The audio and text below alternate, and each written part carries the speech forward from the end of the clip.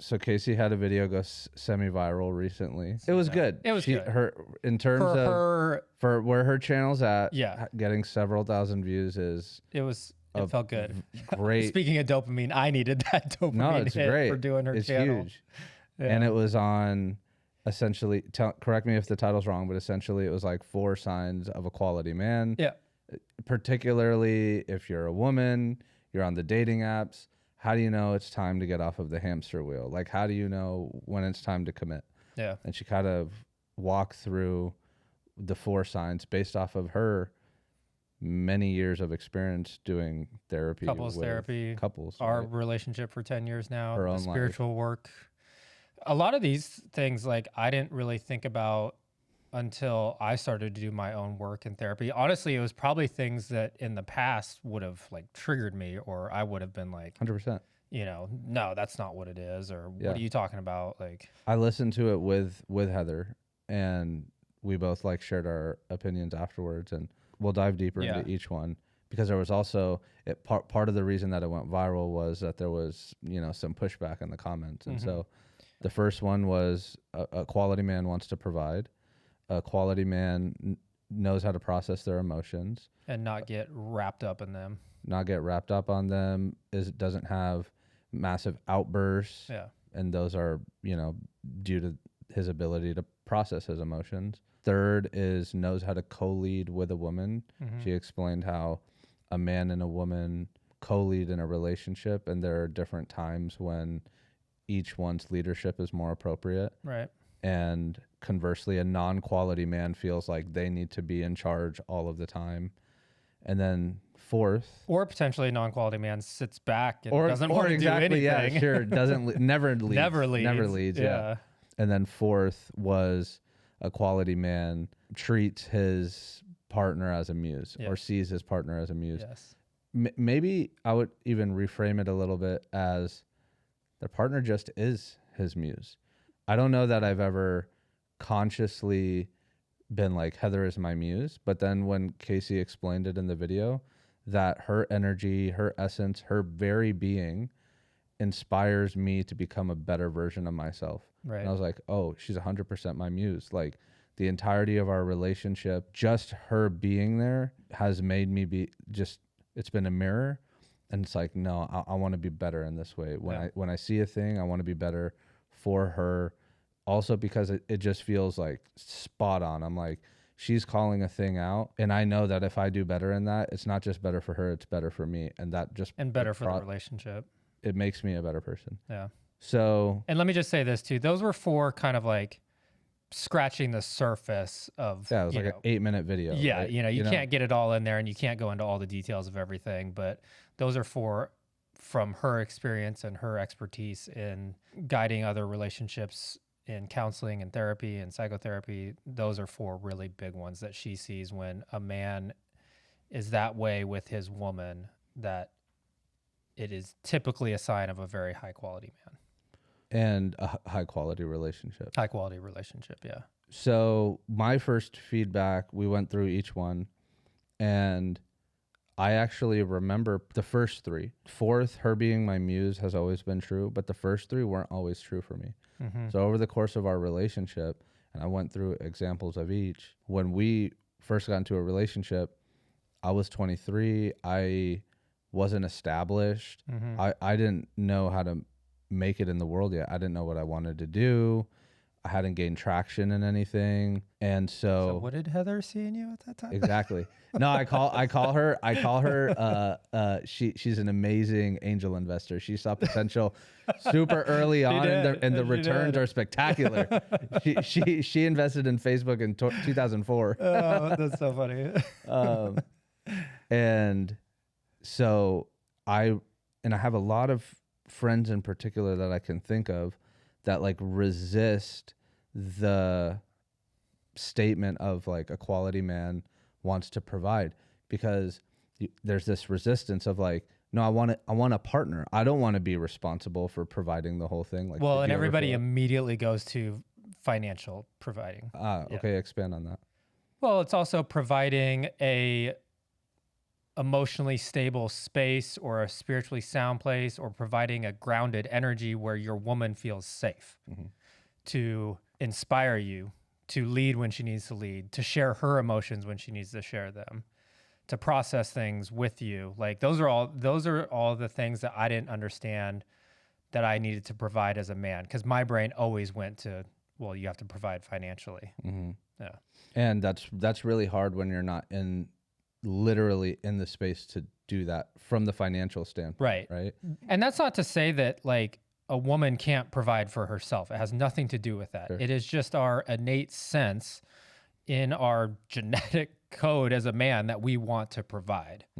Like, I mean, look at hunter-gatherers back in the day. It's like you go out, you provide, you get food, and you come back and you bring it to the women. That's just like been there, ingrained for so long. I don't know whether I think that that's probably true at large. I won't make the statement that all men are supposed to be like that, but I know for me that it's true because I've been on the other side. I've been on the other side where when I wasn't able to provide financially, I resisted the idea in general that my role is to provide, because that was my insecurity that I wasn't able to at the time. But then once I was able to, and then I did provide financially, I fucking love it. I never want to go back. Right. And it's because I saw the energy in the relationship morph. And it's not that Heather doesn't go out and earn her own income. She's always been an earner. I would go so far as to say she's now more generous with what she earns. Because I'm by nature a more frugal person. I don't spend money on a lot of things. Well, I guess it depends on who you are. And she's like, oh no, we're getting you this. Oh no, we're getting you that. And she just spends it from her money. But there's a stability, a groundedness, a security from my money. My money is our money. Her money is her money. That solid dynamic actually makes her far more generous in our relationship. And I actually benefit from it because I get all this cool shit from it. It's not out of obligation or expectation. That's her feminine energy, just like expressing itself. Well, she feels secure and safe financially. So therefore, when it comes to money, she can be nurturing with that energy. And so she nurtures you and maybe that means she says like, hey, we're going to go buy you some clothes. You need to do this. Yes, you exactly. Look better. Exactly. All clothes that are in my closet weren't purchased by me. Yeah. That's so funny. Clothes, trips, just like stuff I don't think about, because left to my own devices, I'd be like, we're just going to work.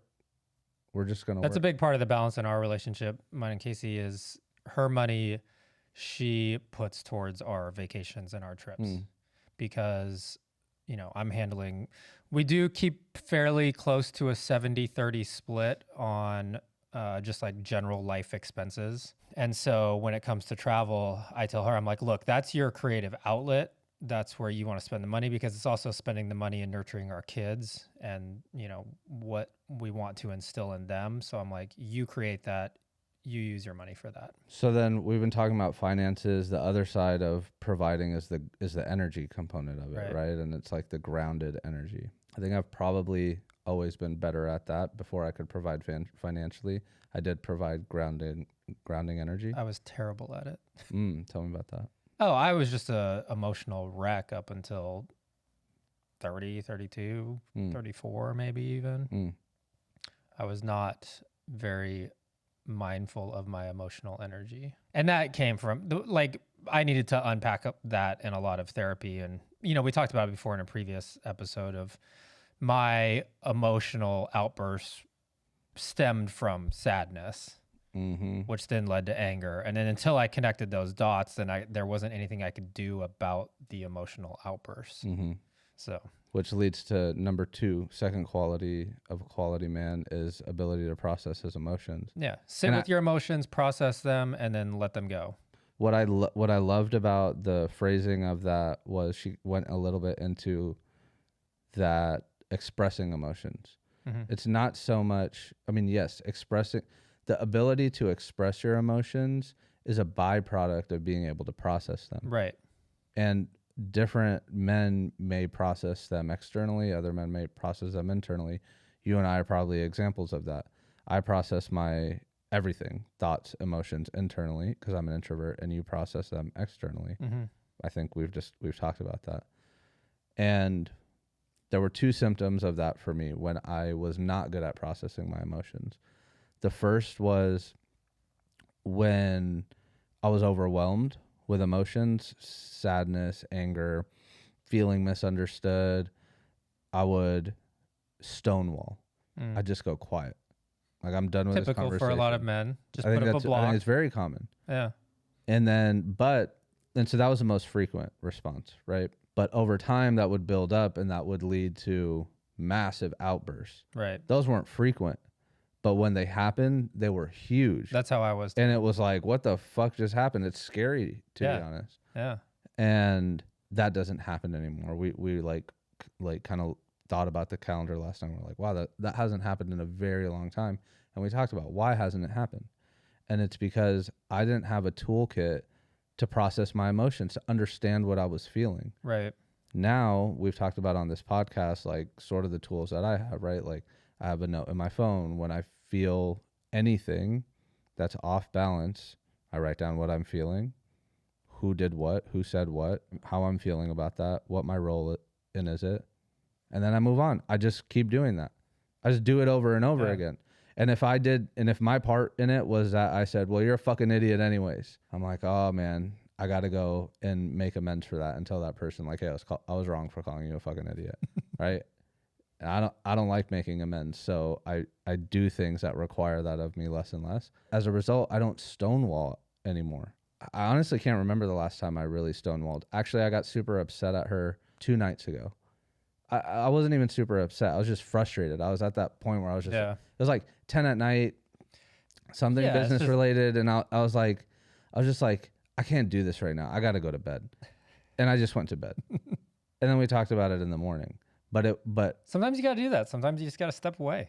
Sometimes you got to step away, put a time on it, and then say, it's okay. You're tired. You're not processing it. You're in your lizard brain. You're like, But if I didn't know what to do, it would have been like, you're so fucking fill in the blank. Yeah. Right? Like, why do you always, like, when you use the word always, it's like, dude, you're the worst You're statement. so out of your center of gravity right now. You're just fucking bullshitting. Yeah. Did you have that too? Stonewalling, outburst? Yeah, I would say it would be a bit. So I would shut down. Very similar. I don't know if I was necessarily stonewalling like consciously. I think it was more I just got small, just kind of shriveled up and didn't want to talk. And then similar to you, burying that for far too long, and then it comes out in some fashion. But that was also partly, I think, not just having the toolkit to process my emotions.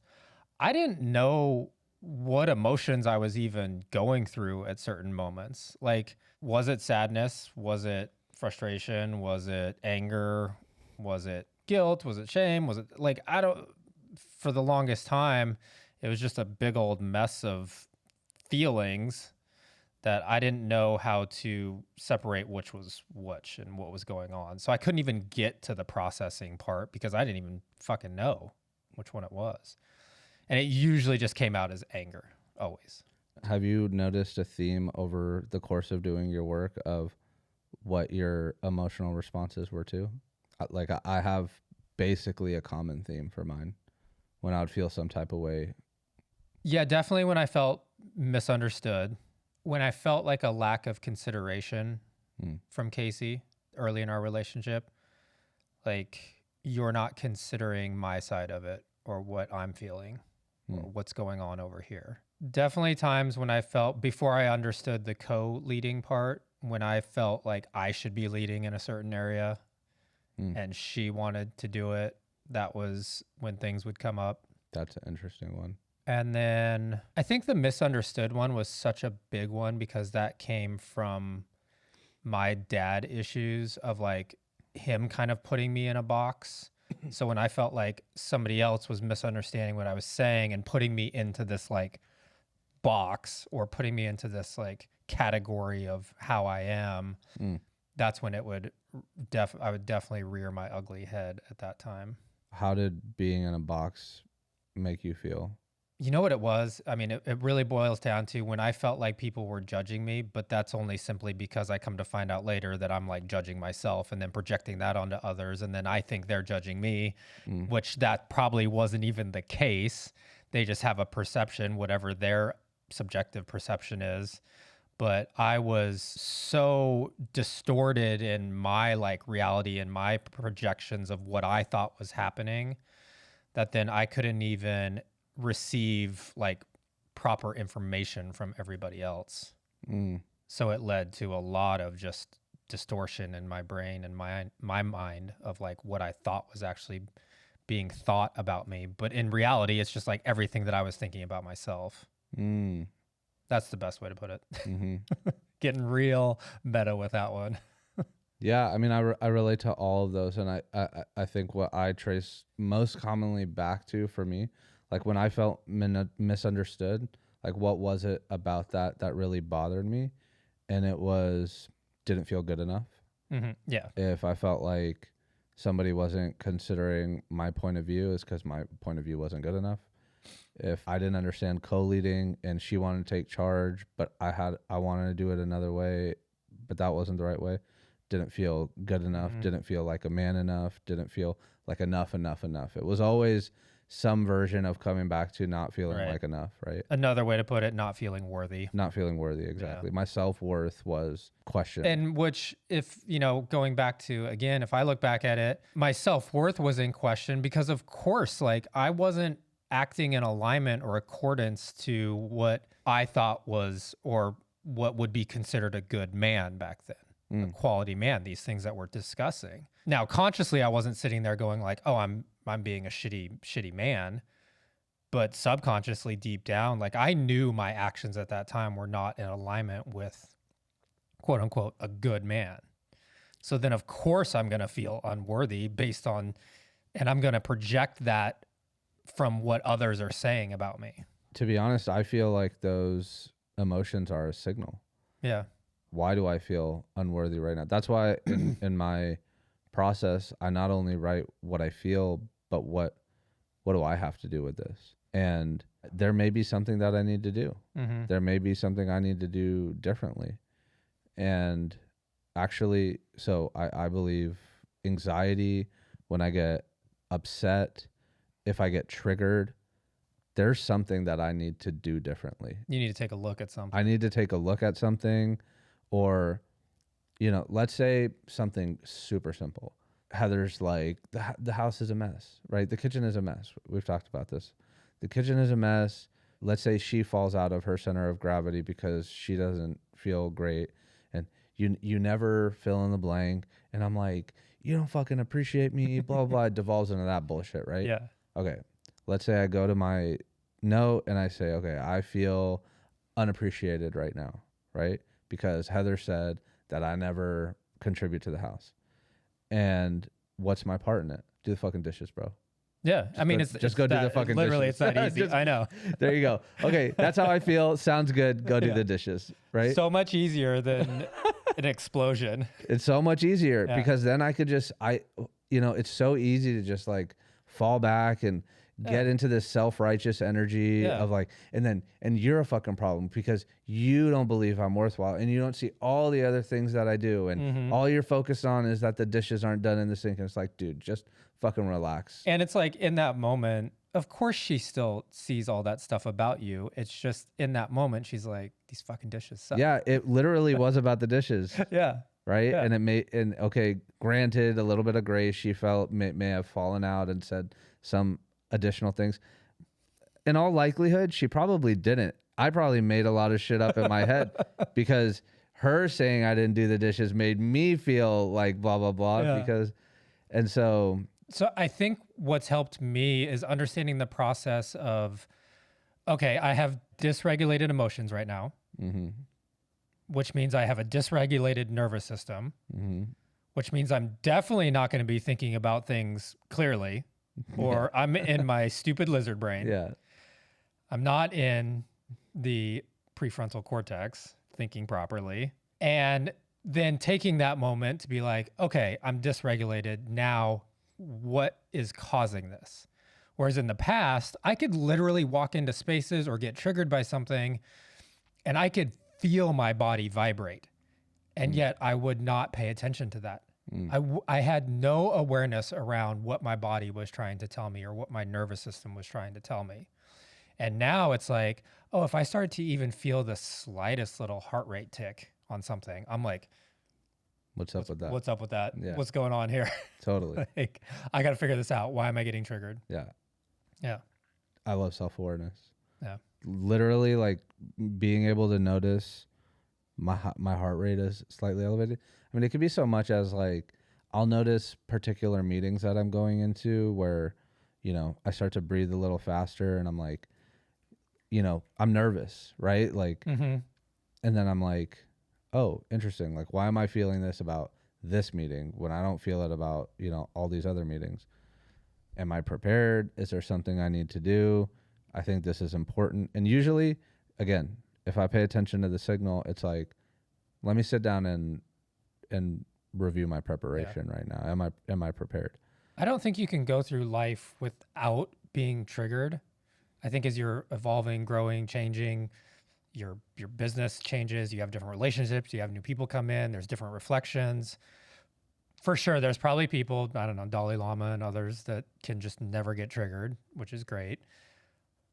But for me, the goal is to just like be able to recognize quicker and quicker and faster and right in the moment, like, oh, I'm getting triggered. Don't start projecting onto somebody else. Yeah, I agree. And I don't think the goal is to necessarily never be triggered. It's to just learn to come back to center more quickly and to not fucking burn the whole house down when you get dysregulated, right? And I think actually I used to judge myself for being imperfect. Like every time, you know, I would lose my temper or act out of line with, you know, the perfect vision of myself, I'd feel shame. Like I'm not, again, I'm not good enough. But what I learned over time is actually you build stronger bonds and you build deeper trust with people when you're able to own your actions. And so in my relationship, if I act out and I'm able to make amends and own my behavior and then, you know, offer, is there anything that I can do to make it better? It just builds stability. Like we can fracture a little bit, but we can repair. And if we, you know, use the analogy of muscle growth, it gets stronger over time. And the same thing at work, which is like, if you miss a target or you make a mistake or you fuck up a deal or you do something, if you come back and you say, hey, this is how I came up short in this situation and I want to recognize and acknowledge that. Do you have any feedback for me? This is how I think that I might approach it differently. These are the solutions that I'm bringing. Or, hey, we probably got a little bit heated there. Like, just want to, you know, blah, blah, blah. Like, that brings you closer. So it's really important. Customer service. When you make a mistake with a customer, and one thing is to just like pretend like it didn't happen, right? The other thing is to use. I love using bad moments of delivery to actually go above and beyond on the customer service side to let them know, like, no, we're going to go out of our way to like fix this for you. And you actually turn a bad customer experience into a new loyal customer because they're like, oh, wow, they're human. They made a mistake, but they went above and beyond to make it better. I had to do it here a few weeks ago. Yeah. Literally the first time ever I've lost a video file for a client before delivering it. And it was a really pretty big podcast. Now, granted, I didn't lose the guest's video. I lost the host. And so in my head, I'm like, okay, and I didn't lose the audio. So she still had the podcast to be able to post, but I only had connection to her through her assistant or Instagram, social media. But I did have connection to her husband's phone number because I'm also helping them consult on their home studio. So I had to reach out to the husband and go, hey, can I get your wife's number? I have some unfortunate news to tell her, and I don't want to tell her through her assistant or through Instagram. Man, you want to talk about heart rate? Yeah. I was just like, oh, I cannot believe I have to tell her this. Yeah. But she hopped on it. And then she called me immediately. And I told her what happened. I was like, I can't believe I've never had to make this phone call, but I didn't want to tell you through your assistant and this and that. And she was like, Mistakes happen. It's fine. I'm glad I still have the audio. But man, that was one of those moments I was like, I got to suck it up on this customer service. Now, I could have easily just told the assistant, but there was that part of me that was like, no, I need to go above and beyond, like letting her know about this unfortunate news. Sign of a quality man. It sucked ass. It sucked ass, but that's the point. I know. It fucking sucked ass. I do want to go back real quick. You were talking about, building trust and building that bond. Did you have any good examples of that growing up? Did you get to witness that, say, with maybe your dad and his friends or uncles or anybody? Mm-mm. So do you feel like that was a muscle that was hard to build in your adult life? I certainly wasn't comfortable. Yeah. But once I learned it, I was like, well, this feels good. Mm-hmm. This feels better. Mm-hmm. On the other side, it still doesn't feel good to recognize that I need to make amends for something or take ownership of something. It still doesn't feel good, but I know on the other side for sure. Like at our office, we have multiple agency owners that come and co-work there. One of them runs a TikTok shop, so he always has product just coming in for his creators to come and go and create UGC with. And he just had like fucking cases of some new drink. I thought, because we have worked with that company, I thought those were for us. So I just picked up a case and took it home. It's pre-workout. I just picked it up and took it home. And then like next week, I learned that it was actually his. I think this guy is kind of a fuckhead. And so my first thought was like, whatever, fuck him. That's what he gets for being a fucking ass fuck.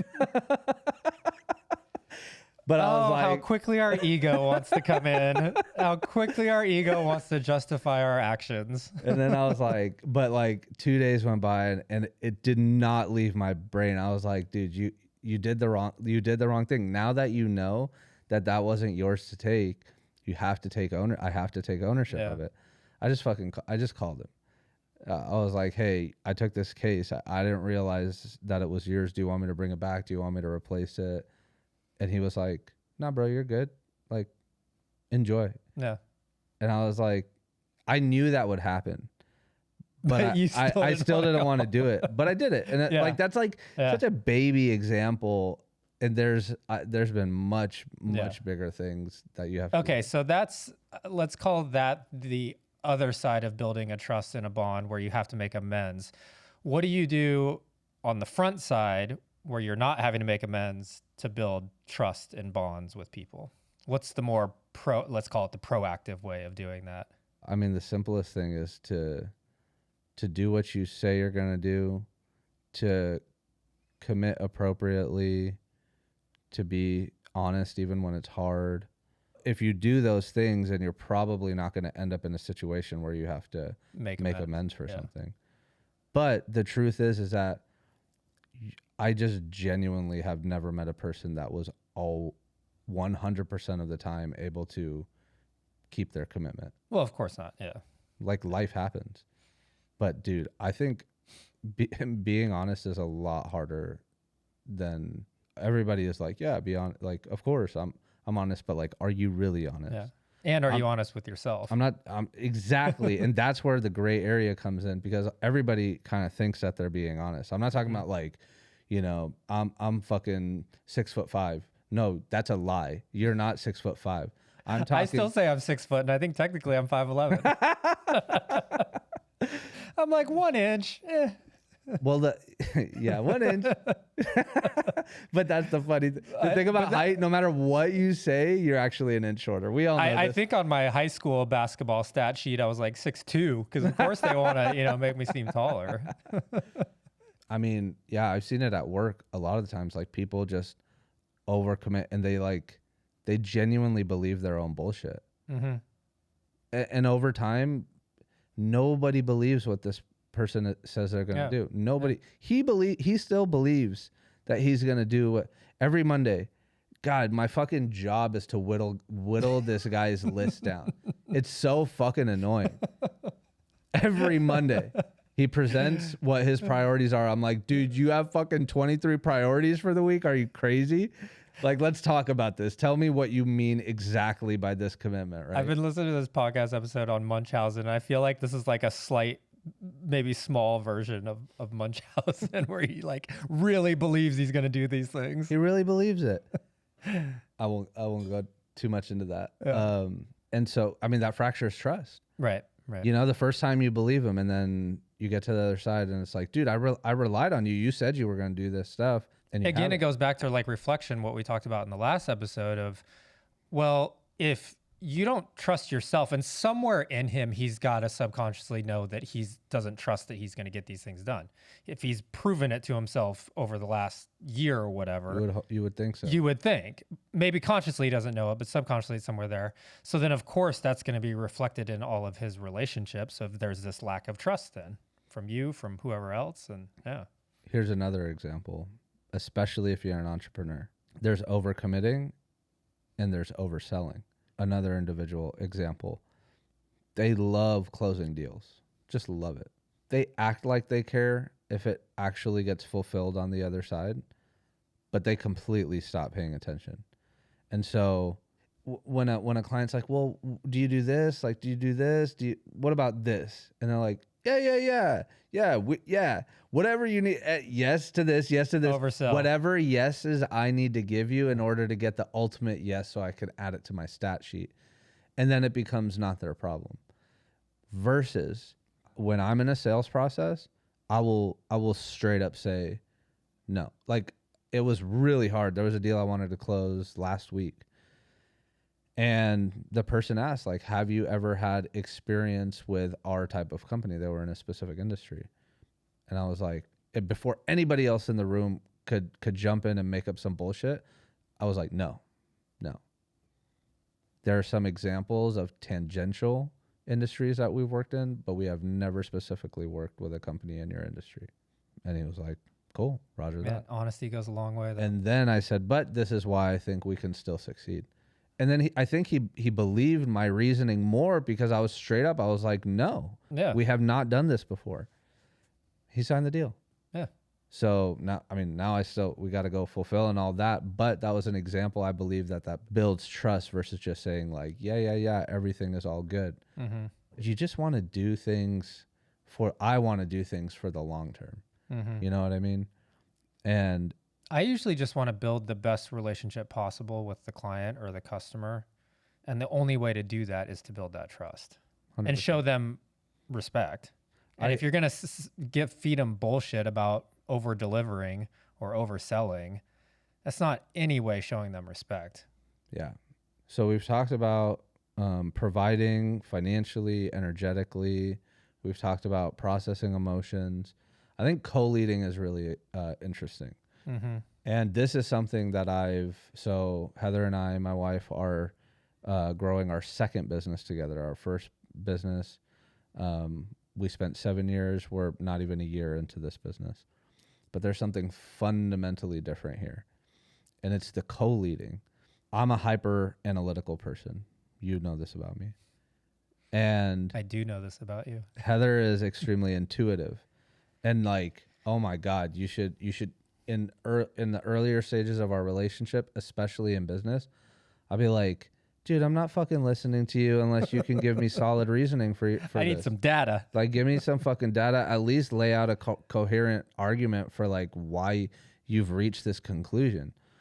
Now, yesterday is a perfect example. Like, we needed to make a decision to take on a client, pursue a client, a prospect, or not. That is a really hard thing to do early in business because you just want to fucking go after everything. Mm-hmm. And I'm like, okay, here are all the reasons that I think this is a bad idea. Now that I've laid out my case for you, whatever your gut says, we'll go with it. And that's it. And we're doing that all over the place now. Like, I get to stay in my superpower, which is I reason through everything. And she gets to stay in her superpower, which is like, felt it in my gut, went this way. Felt it in my gut, went that way. Mm-hmm. And so now I'm like, here's what I think. This is why I think what I think. What does your gut say about that? Okay, cool. We'll go with what your gut says. But conversely, all she responded was, okay, let's go with that. her gut was like, I don't have anything. My gut says yes. Yeah. My gut says that's right. Yeah. That's been huge for us. Well, the trust is there now. My trust of respecting her intuition is way. I'm conscious of that now. That that I need to respect her intuition. In fact, her intuition is a superpower. Yeah. And I respect my strengths as well. So now we can double strength this. I want to say real quick, when we're talking about these qualities of a man, and specifically this one where it's more about co-leading, it also needs to be a quality woman on the other side. Yeah. She needs to have done her work or gone through what she needs to go through to grow and evolve and the self-development or whatever. So as long as she's a healed, conscious woman, then yeah, that co-creation, co-leadership can take place because there is that trust.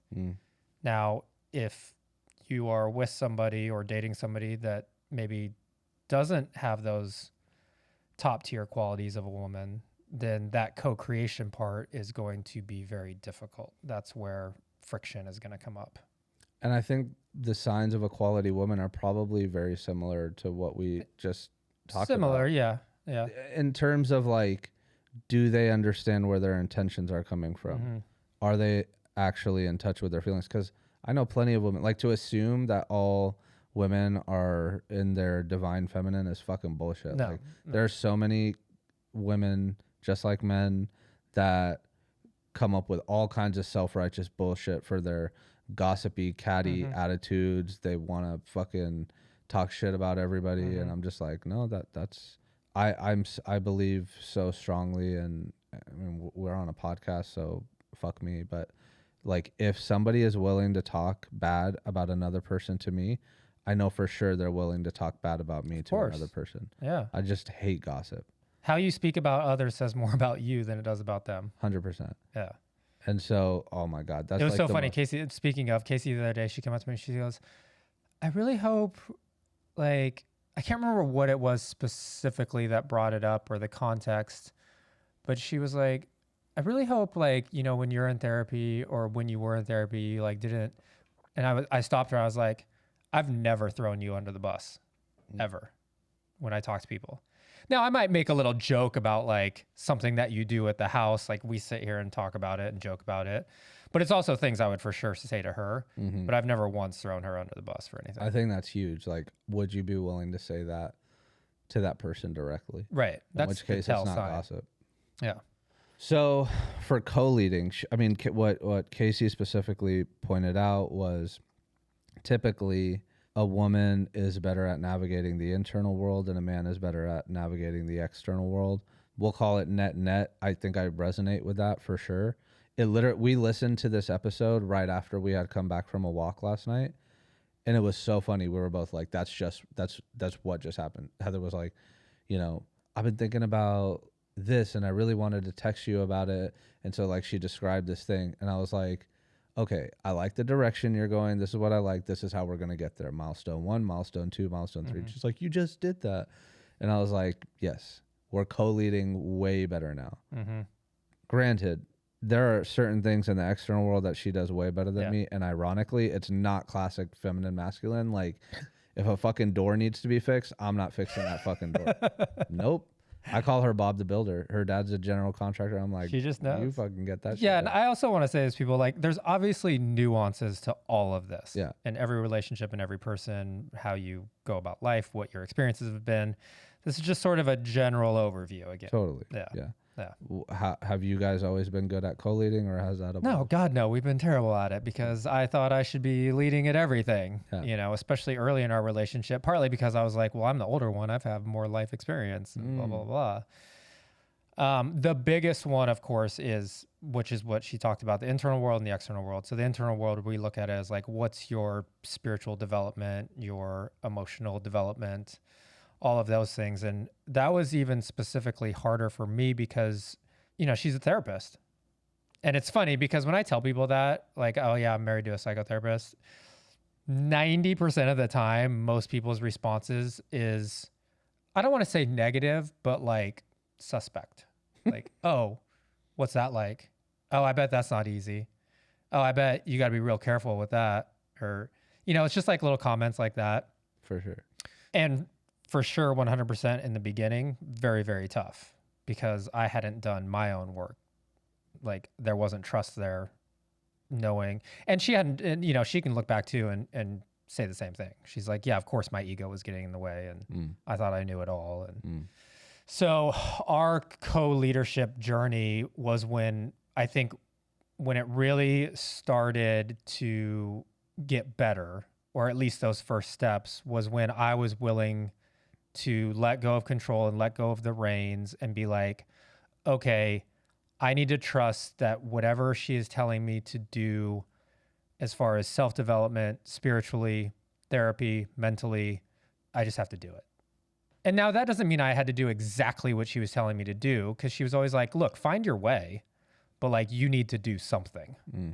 And when that happened, then I finally started to change internally to where then I could trust what she is telling me or what she wants to lead in, that I can be okay with that.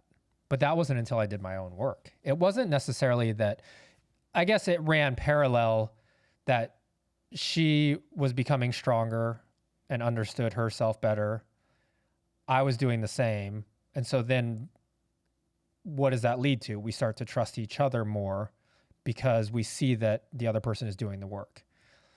And that's what we say in, you know, whenever people ask us for advice on our relationship. And I think you're starting to hear this more and more. It's like, don't try to fix the relationship, fix yourself and the relationship will get better. Or it won't. Or you become strong enough to leave the relationship. Right. Or it won't, and then you leave. But the focus has to be on yourself. And so, you know, one of our spiritual mentors says, the men are the foundation to which the women are the ladder to climb higher. And by climbing higher, meaning going deeper, going higher spiritually. So I had to follow her suit on that, and she had to allow me to lead in just the actionable steps of our day-to-day life. And what does that look like? And so she had to start trusting me with that. I feel like it's so nuanced because like we're talking thematically and all individuals are different. I think you get invariably, there's no prescription. Each relationship gets to the place of co-leading by talking about it a lot over a period of time, over and over, like and years over and years, and you just refine it. Yeah. Right. Yeah. Like I'm sure 10 years from now, Heather and I will look back on now when we like are high-fiving each other daily. We're like, man, we're fucking like teamworking the shit out of this thing. And we're going to be like, wow, we're even stronger now because we know if we are continuously getting better at individuals, we will know ourselves better, which means we can then be better teammates to one another. And so, which I think this leads perfectly to the fourth quality of a high quality man, which is sees his woman as a muse. And I think Heather would, she's said to me that she's constantly striving to be better because of my example as well. And so it's 100% true for me that I have very specifically gotten better in areas as a result of our relationship, as a result of her putting a magnifying glasses on my issues. And I had the choice to take action and do the work or not. And I took action and have done the work, and I'll continue to do so. And I would say that it's probably to a degree reciprocal. It's probably qualitatively different. But I will never forget when we first met each other, we asked each other, you know, what's like the most important quality in your partner? And I was like, I want somebody who is always growing. And she was like, I want somebody who's always growing. And I was like, that's basically my one condition for a relationship, is that we're constantly growing. And so I think if you have two high quality partners, that's one of the things, because you and I just both described how we didn't have all four qualities of a high quality man when we started our relationship. But I think one of the keys is, do you have a willingness to work on it? And a lot of people don't even have the willingness. Very concretely, Heather has two friends right now that are going through divorce. They're like in their mid 40s going through divorce. And both reasons are exactly the same. They were like, I started doing the work 1 year ago, 2 years ago, 3 years ago, and my husband just doesn't want to do any work on himself. He is staying the same. I'm evolving, and this person is staying in the same exact spot. And we have kids, and they're, in middle school or whatever it may be. And this is really hard for me. But because I'm growing, I can't stop myself from continuing to grow. And I've spent years I'm wishing that he would come on this journey with me in his own way. Growth could look some type of way for him, but they're not. All right. And so if you're both continuously growing, I'm inspired by Heather all the time, and I know she's inspired by me all the time. And so you just keep rising together. We just keep rising together. Yeah. And I'm sure it's the same for y'all. I hate the statement. What is it? The old one of behind every great man is a great woman. And it really should be beside every great man is a great woman. That can be now in the modern age, that can be any partner. If it's a man next to a man, woman next to a woman. Sure. Just your partner. I don't believe you can fully manifest your highest potential without somebody there pushing you. I agree with that. Now you could definitely get to some very high places, and maybe that's only you get there in entrepreneurship or building a business, but to get there in all facets of life, in all lanes of spirituality, mentally, physically, business, finance, all the things you want to master, I really don't think you can get there without a partner because of what you just said of you continue to inspire each other, and you're bouncing back and forth of that inspiration. So the rate at which you grow and the evolution and the things you come to know about yourself, you don't know unless you have a partner there. Just like you don't know if you've never had kids, what you come to know about yourself. Totally. Because it just doesn't exist for you. Yeah. Without that experience, you just would never have the opportunity to learn. And I don't think you can't, we talked about it in the other podcast of the reflection. I can't reflect back to myself where my blind spots are, or the things that I need to grow, or the things that might be holding me back. I can't see all of those things. And so it might take me years to come to a conclusion on something that if you have a partner that's doing the work and growing with you, they might tell you in a couple days, like, hey, you should probably fix this. Or I'm noticing this about you. This might be holding you back. And now, yes, you got to take your time to like sit back and reflect on that and see if that resonates with you or not. Trust that they're giving you an honest reflection. But again, you don't get that unless you have a partner. So that exponential growth that can happen, you're not going to get it by yourself. Totally. I think the last thing I'll say is somebody open to feedback? Yeah. Whether you're a man or a woman. That's another good sign. Like that's another quality, because I was not open to feedback for a long time. I thought I had it all figured out. I'll take care of my own shit. This, I can do it. I can, make it all happen. That's not what's wrong with me. You're just saying that because of your shit. I was never open to feedback because I always took it as criticism. Again, because in my internal world, I was critical of myself and thus projecting it onto others. Real quick on the muse. I love how you said like you didn't really know you were treating that way until you saw what Casey or heard what Casey had said about it. And again, with the caveat of this is a healed woman you're with, guys, and a very conscious woman, and she's inspiring and she's doing the work and she's growing and she's evolving. I 100% believe that if you don't treat her like your muse or you don't feel like she's your muse, then what's the point? What are you doing? What are you doing? If your person doesn't inspire you to be better, what are you doing? Yeah. And if you're not gaga over her or in awe over her or want to be better because of her, or in my case, I literally love taking photos of my wife because she's my muse. Now that's transferred a little bit to my kids lately, but and a woman should be treated that way. They're fucking queens. They should be treated that way. They should be your muse. Yes. The right ones. The right ones. Exactly. And I would just caveat again, like I don't think it's about you being healed or her being healed. It can be a process. Right. You were healing, or you weren't even, but you became, once it got held up to your face, you were willing to. And It's I think the commitment and dedication to go on that journey go together. on that journey. That's what truly changed our relationship, is when I finally was like, okay, I'll do it. I'll do it. Yeah. I'll do it.